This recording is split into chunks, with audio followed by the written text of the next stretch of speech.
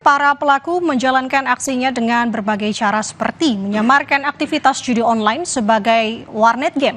Di Banyumas, Jawa Tengah, saudara, polisi menggerebek lokasi pengendali judi online dengan omset miliaran rupiah.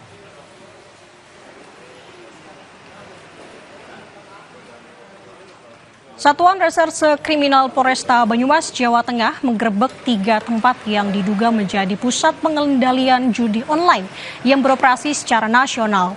Polisi menduga perputaran uang dalam praktik judi mencapai 1,3 miliar rupiah lebih dalam 1 bulan. Dalam penggerebekan ini, polisi menyita 500 perangkat komputer dan jaringannya yang diduga sebagai alat operasional judi online.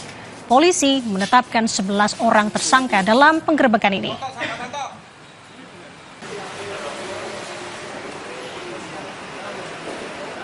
Yang modus operandinya adalah para pelaku menggunakan perangkat komputer dengan PC, dengan kedok bermain game untuk membuat ID secara masif dan memainkan ID tersebut untuk menghasilkan chip yang dijual dan dipromosikan melalui media sosial, baik itu Facebook yang terbaru terkait dengan perjudian.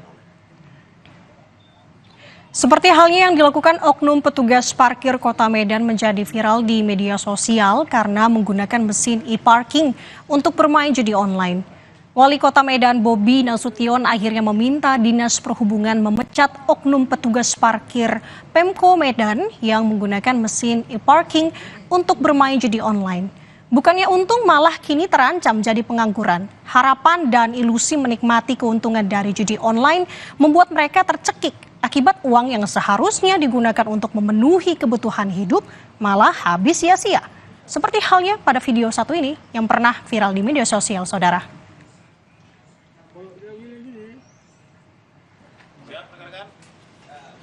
Banyaknya masyarakat bermain judi online tak lepas dari gencarnya promosi yang dilakukan seperti menyewa jasa para selebgram.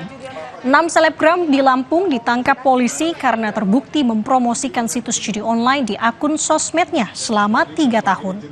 Dari penelusuran petugas, saudara, situs judi online yang dipromosikan tersangka terafiliasi dengan server judi di negara Kamboja.